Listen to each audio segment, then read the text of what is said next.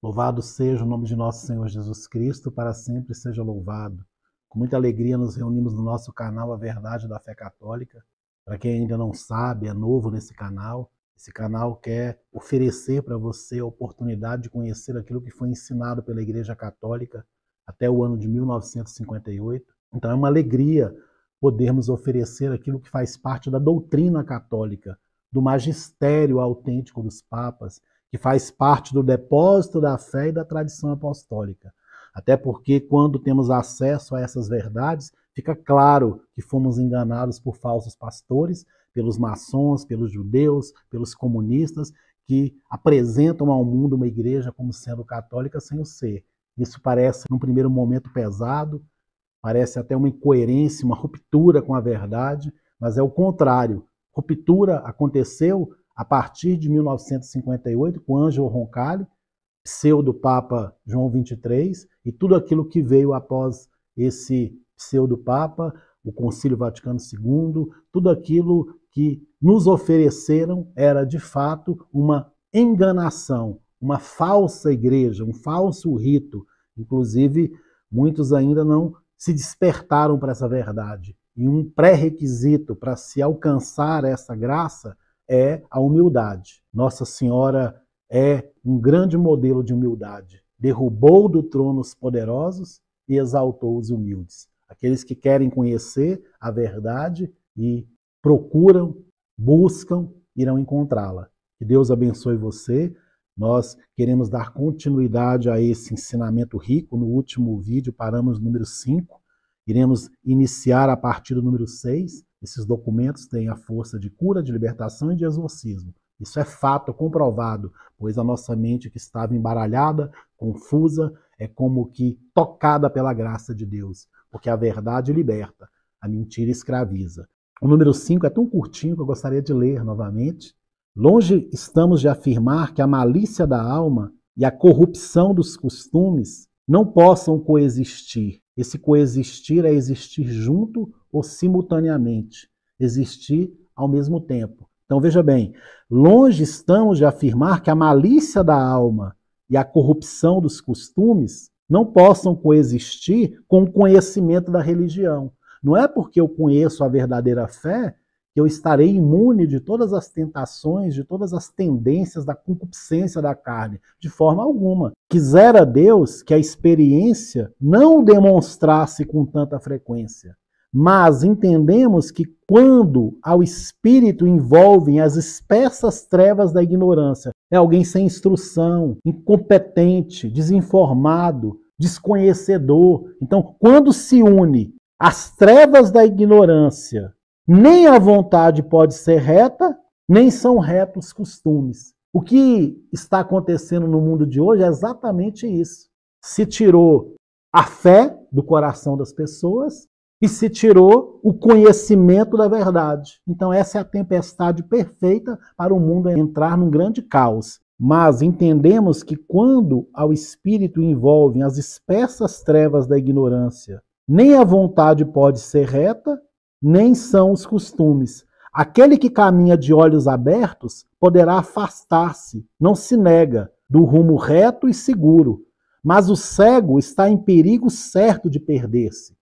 Se eu ainda tenho a chama da fé, se eu ainda não sou ignorante das coisas de Deus, por mais que eu ainda possa cometer erros, cair em pecados, existe a esperança de se levantar, por conhecer que existe um Deus que quer a salvação da minha alma. Mas olha só, ademais, quando não está inteiramente apagada a chama da fé, ainda resta a esperança de que se elimine a corrupção dos costumes. Existe luta, existe batalha, existe esforço, existe ascese, quando se tem a chama da fé. Mas quando a depravação se junta à ignorância da fé, é o tempo que nós estamos vivendo. Juntou-se a depravação com a ignorância da fé. O Papa diz, já não resta lugar ao remédio e permanece aberto o caminho da ruína. Por isso que eles trabalharam para apagar a fé do coração das pessoas, para que juntasse a depravação com a ignorância da fé. Porque se nós não fôssemos ignorantes da fé, não estaríamos vivendo o que estamos vivendo nos dias de hoje. Os falsos pastores se apresentam a nós e nos enganam e nos conduzem pelo caminho da perdição, porque nós não conhecemos a verdadeira fé católica. É tão simples entender isso. Não é porque o sujeito se veste de papa, de bispo, de padre e me dá um conselho que eu preciso acolher. Não é porque ele me ensina uma doutrina que eu preciso tomar como uma verdade. Porque se eu conhecesse a verdadeira doutrina de Cristo, uma voz estranha soaria no meu ouvido. Essa não é a voz do verdadeiro pastor. Essa é a voz de um lobo. Os bispos de hoje são lobos. Os últimos que se apresentaram como papas eram lobos, vestidos de pastores, mas eram lobos. Por quê? Porque negaram a doutrina da Igreja Católica. E você pensa, Ibrahim, você está dando sua opinião pessoal. Paciência. Continue acompanhando a leitura desse documento. Número 6. O primeiro ministério. Uma vez que da ignorância da religião, veja bem, uma vez que da ignorância da religião procedem tantos e tão graves danos, e que, por outro lado, são tão grandes a necessidade e a utilidade da formação religiosa, pois em vão seria esperar que alguém pudesse cumprir as obrigações de cristão sem as conhecer. Está a clareza com que o Papa São Pio X escreve. Uma vez que da ignorância da religião procedem também tantos e tão graves danos, e que, por outro lado, são tão grandes a necessidade e a utilidade da formação religiosa, pois em vão seria esperar que alguém pudesse cumprir as obrigações de cristão sem as conhecer. Como é que eu vou cumprir algo que se exige de um cristão sem conhecer aquilo que é de fato obrigação para quem quer ser cristão? Aí ele continua: convém averiguar agora a quem compete preservar as almas daquela perniciosa ignorância, perniciosa, nociva, que prejudica, que causa danos. Convém averiguar agora a quem compete preservar as almas daquela perniciosa ignorância e instruí-las em ciência tão indispensável. E isto, veneráveis irmãos, não oferece dificuldade alguma, porque esse gravíssimo dever corresponde aos pastores de almas. São aos pastores de almas que foi dado o ofício de ensinar, de catequizar, de oferecer a doutrina de nosso Senhor Jesus Cristo. Os pastores de almas são os padres, são os bispos, é o Papa por excelência. Não sou eu dizendo. Convém averiguar agora a quem compete preservar as almas daquela perniciosa ignorância e instruí-las em ciência tão indispensável.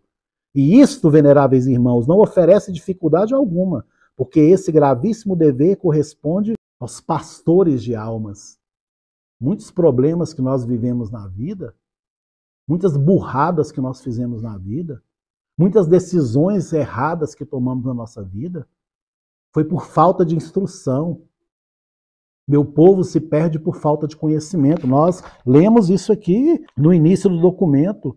Não há conhecimento de Deus nessa terra. A maldição e a mentira e o homicídio e o furto e o adultério inundaram tudo e têm derramado sangue sobre sangue.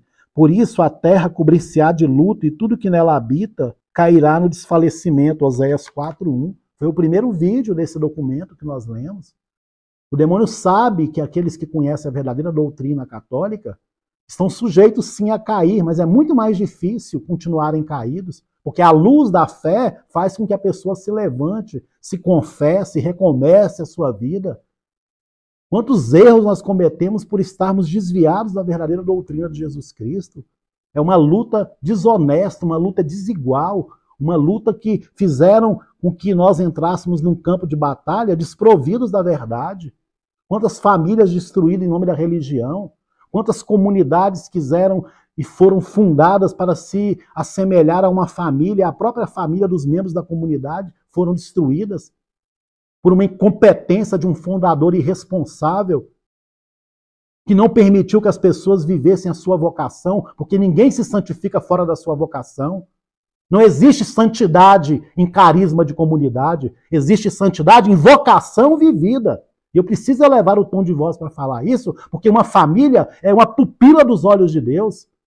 E muitos destruíram as famílias, destruíram a convivência familiar, filhos que foram privados da presença dos pais, pais que foram privados da presença dos filhos por causa de incompetentes que baixaram nele o espírito de Lutero, de rebeldia, e falam que aqueles que estão rompendo com essa estrutura têm espírito de Lutero. Lutero está encarnado nessa estrutura da igreja conciliar, porque ela é pior do que a igreja protestante, porque a igreja protestante já está na fossa e rompeu com a igreja católica, mas essa igreja luterana disfarçada de catolicismo, ela assumiu os postos da igreja, o nome de catolicismo, e vive as mesmas ideias do luteranismo.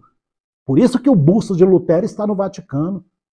Porque Roma perdeu a fé, já disse isso no vídeo anterior, e se tornou a sede do anticristo. Nós não estamos aqui brincando de dar opiniões pessoais. Eu tenho muito mais o que fazer do que ficar gravando o vídeo para dar minha opinião pessoal, para ir contra a igreja. Pelo contrário, eu estou unido à igreja, estou unido à cátedra de Pedro, estou unido aos papas, estou unido à doutrina de Jesus Cristo.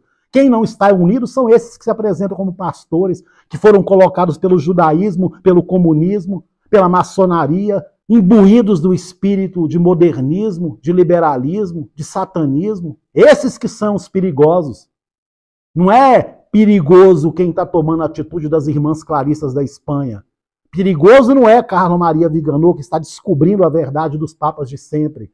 E quando descobrimos a verdade dos papas de sempre, do magistério, da tradição apostólica, do depósito da fé, não existe outra posição a se tomar a não ser romper com essa estrutura e pedir que Deus intervenha e devolva para nós os nossos templos. Eles tomaram posse dos nossos templos, adulteraram a nossa fé, avacalharam com os sacramentos.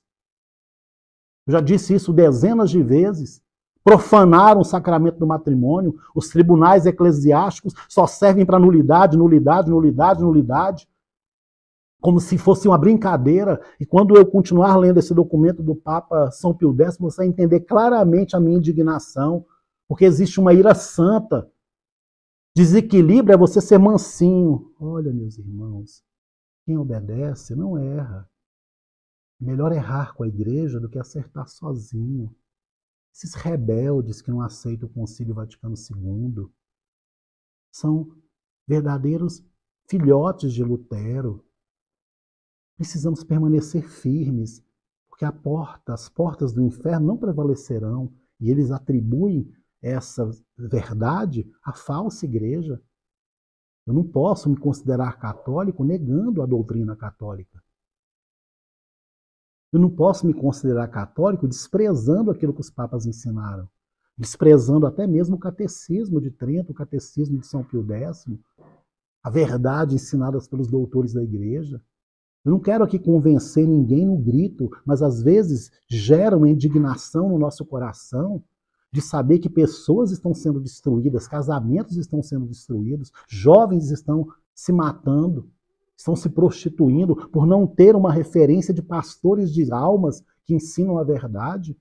Pessoas que têm a tendência ao homossexualismo estão sendo como que empurrados para continuarem e não lutarem contra essa tendência. Porque essa igreja é a igreja do anticristo, é a igreja do demônio. Essa igreja ela é pior do que qualquer outra seita protestante, porque ela se apresenta com a falsidade ideológica, ela se mostra como católica sem o ser. Lê a palavra de 2 Tessalonicenses 2, versículo 3 ao versículo 10. Ele se coloca no trono de Deus e se apresenta como Deus, para ser adorado, para ser servido. Vem aqui, vocês têm a nossa bênção pastoral, não é sacramental não, é pastoral. Isso é brincadeira. Nós não condenamos pessoas, condenamos situações, pecados, porque o pecado nos afasta de Deus e nos conduz ao inferno. Não se iluda com essa falsa misericórdia de irmã Faustina, que tem relacionamento com Deus fictício. E esses canais de televisão aí, que se dizem carismáticos, todos os dias lendo o diário de irmã Faustina. É uma vergonha um padre de se considerar sacerdote do Senhor, ao invés de ensinar a doutrina para as ovelhas. Esse diário é uma vergonha, não é opinião pessoal minha. Isso não condiz com a voz de nosso Senhor Jesus Cristo. Não estou aqui para ter seguidores em canal, pouco me importo quantas pessoas estão ouvindo.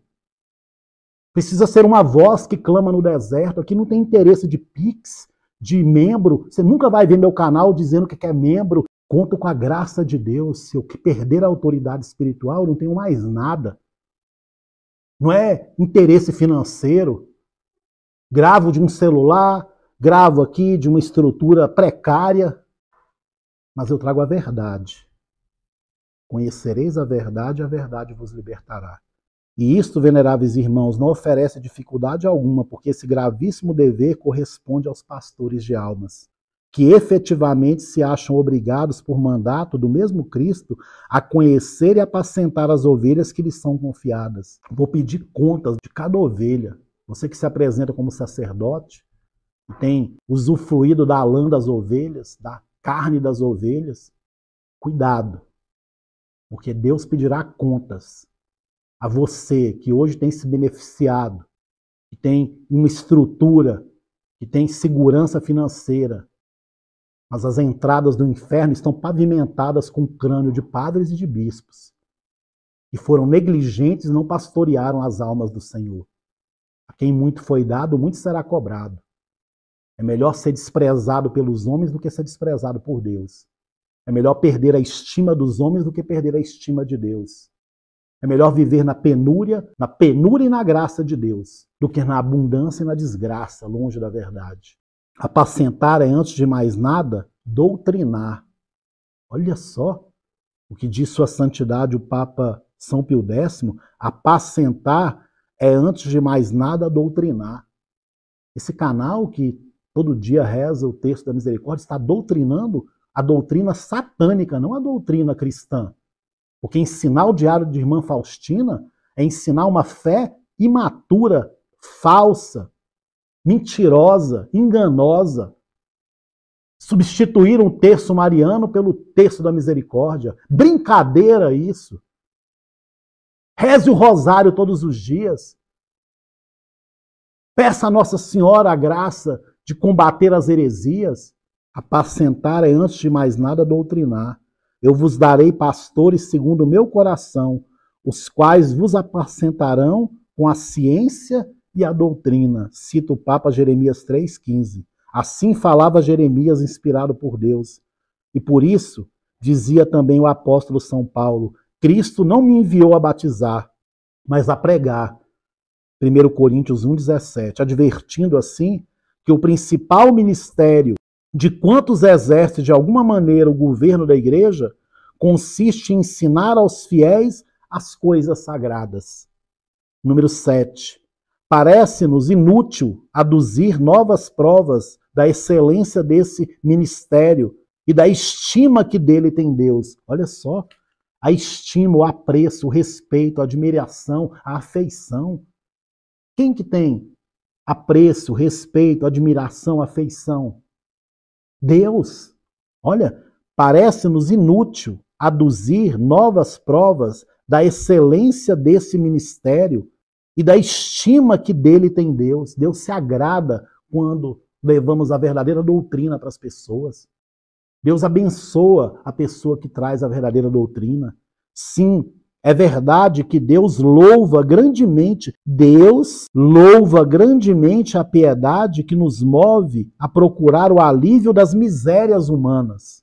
Mas quem negará que maior louvor merecem o zelo e o trabalho consagrados a fornecer os bens celestiais aos homens, e não já os transitórios benefícios materiais? Esses transitórios quer dizer que é breve, passageiro, temporário, interino.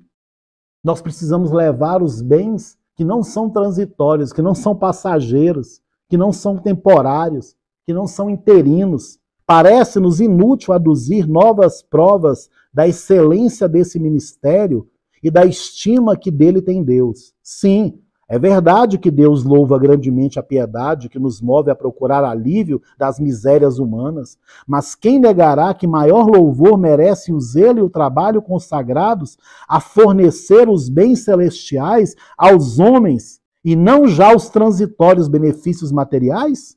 Nada pode ser mais grato, segundo seus próprios desejos, a Jesus Cristo, Salvador das almas, que disse de si mesmo pelo profeta Isaías: o Espírito do Senhor me ungiu para evangelizar os pobres.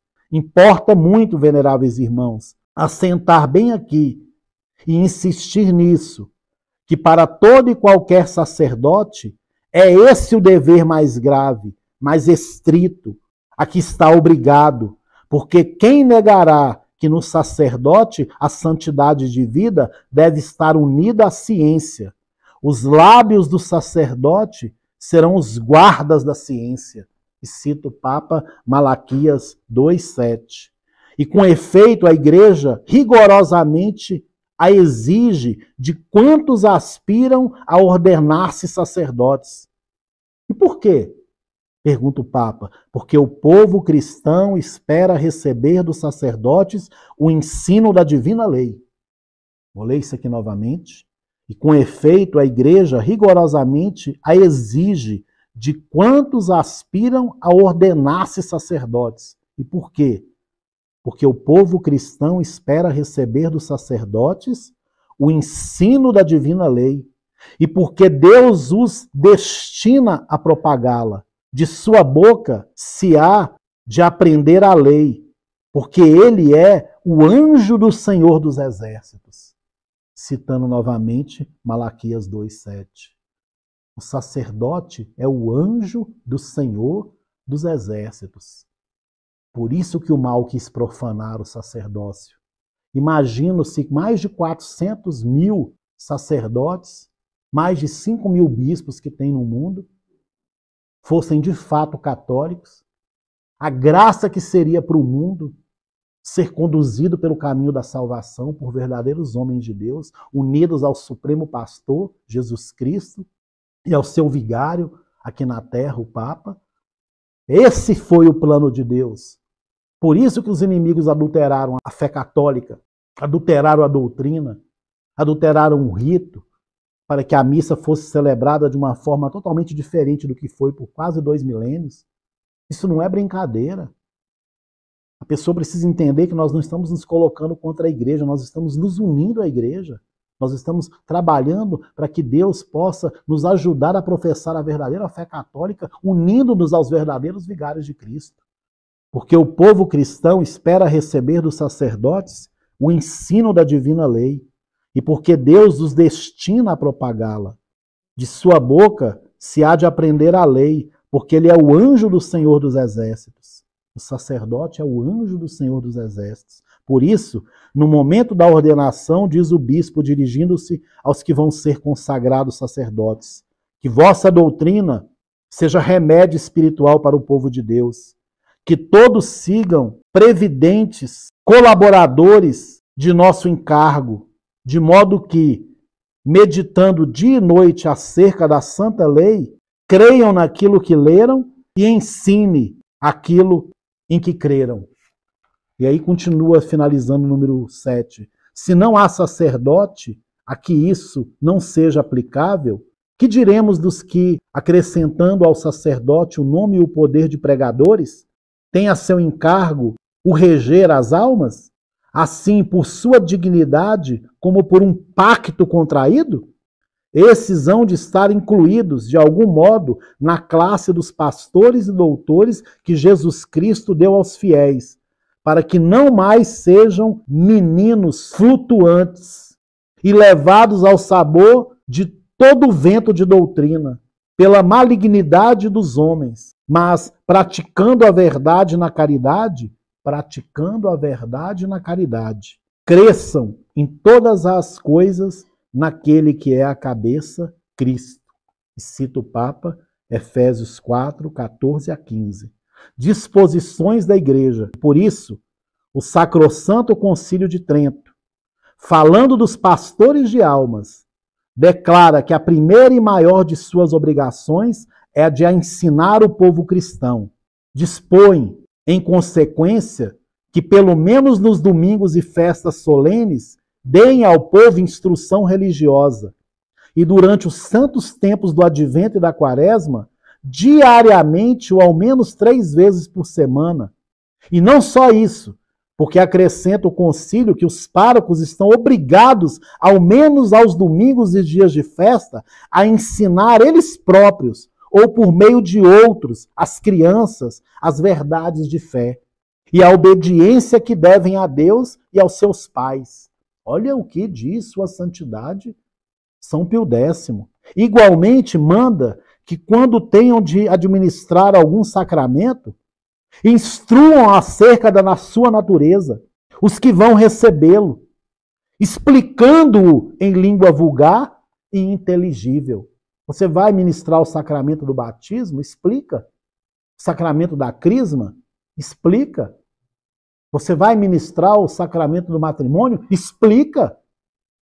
Ninguém explica nada para ninguém, depois vai só a baderna das nulidades de casamento. Isso é muito triste. É um dos pontos que mais tem acontecido profanação. Porque uniões que não deveriam ser consideradas nulas foram consideradas nulas. E uma falsa religião dá a bênção para a pessoa se unir com o outro e sem ter o vínculo rompido no primeiro. É muito triste. Nem vou entrar nessa questão. E não só isso, porque acrescenta o concílio que os párocos estão obrigados, ao menos nos domingos e dias de festa, a ensinar eles próprios ou por meio de outros, as crianças as verdades da fé e a obediência que devem a Deus e aos seus pais. Como o mundo seria diferente? Igualmente manda que quando tenham de administrar algum sacramento, instruam acerca de sua natureza os que vão recebê-lo, explicando-o em língua vulgar e inteligível. Vou concluir com o número 9. Em sua Constituição, Etsi Minime, nosso predecessor Bento XIV resumiu tais prescrições e precisou-as claramente, dizendo: duas obrigações impõe principalmente o Concílio de Trento aos pastores de almas. Os pastores de almas orientados pelo Concílio de Trento. Uma, que todos os dias de festa falem ao povo acerca das coisas divinas. Outra, que ensinem às crianças e os ignorantes os elementos da lei divina e da fé. E aí continua. Com razão, dispõe esse sapientíssimo pontífice, elogiando o Papa Bento XIV, um Papa Santo São Pio X. Com razão, dispõe este sapientíssimo pontífice o duplo ministério, a saber, a pregação, que habitualmente se chama explicação do Evangelho, e o ensino da doutrina cristã. Talvez não faltem sacerdotes que, desejosos de poupar a si mesmo o trabalho, creiam que com as homilias satisfazem a obrigação de ensinar o catecismo. Porque para ensinar a doutrina exige de nós preparação. Você não imagina o tempo que é gasto para preparar uma gravação dessa? Uma pregação você fala espontaneamente, não quer saber se está no contexto da doutrina ou não, se contradiz algo ou não. Isso traz aplauso, isso traz arrepio, traz lágrimas. É muito mais fácil fazer a pregação do que ensinar a doutrina. Não sou eu dizendo isso aqui, é o Papa. Talvez não faltem sacerdotes que, desejosos de poupar a si mesmo o trabalho, passa o dia todo para preparar para gravar um vídeo, às vezes 2, 3 dias, uma pregação, você pega um versículo bíblico. Lembro de um encontro que convidei um pregador, um encontro para mais de 20 mil pessoas, e eu tinha passado com meses de antecedência o tema da pregação. Aí 5 minutos antes da pregação, ele: qual que é o versículo mesmo bíblico que você passou? Não preparou nada. Contava com a inspiração do Espírito Santo, mas que era um instinto secreto, disfarçado de Espírito Santo. E a pessoa não tem respeito para os ouvintes e vomita aquilo que acha importante e fazem 1000 promessas e as pessoas choram e as pessoas se emocionam e voltam para casa do mesmo jeito que chegaram. Porque o que transforma a vida é o conhecimento da verdadeira doutrina de Jesus Cristo. Vou ler isso aqui novamente. Talvez não faltem sacerdotes que, desejosos de poupar a si mesmos trabalho, creiam que com as homilias satisfazem a obrigação de ensinar o catecismo. Quem quer que reflita descobrirá o erro desta opinião. Olha, quem quer que reflita descobrirá o erro dessa opinião, porque a pregação do Evangelho está destinada aos que já possuem os elementos da fé. É o pão que deve dar-se aos adultos. Mas, pelo contrário, o ensino do catecismo é aquele leite que o apóstolo São Pedro queria que todos os fiéis desejassem sinceramente, como as crianças recém-nascidas. O ofício, pois, do catequista consiste em escolher alguma verdade relativa à fé e aos costumes cristãos e explicá-la em todos os seus aspectos. E como a finalidade do ensino é a perfeição da vida, o catequista há de comparar o que Deus manda fazer e o que os homens fazem realmente. Depois disso, e extraindo oportunamente algum exemplo das Sagradas Escrituras, da história da igreja ou da vida dos santos, deverá aconselhar a seus ouvintes como se a assinalasse com o dedo a norma a que devem ajustar a vida e terminará exortando os presentes a fugir dos vícios e a praticar a virtude. Isso aqui é um resumo extraordinário daquilo que ensina São Pio X, citando Bento XIV, essa encíclica do Papa Bento XIV, em breve traremos também no nosso canal. Eu sugiro que você procure e faça a leitura desse documento o mais rápido possível, porque nós precisamos ser formados na doutrina verdadeiramente católica, porque essa igreja é a igreja do acolhimento, do falso acolhimento, é a igreja da porta larga, do caminho espaçoso, é a igreja das facilidades, é a igreja da misericórdia de irmã Faustina, não da misericórdia verdadeira de Deus que transforma os corações, porque Deus é misericordioso, mas ele também é justo. Não podemos brincar com as coisas sagradas.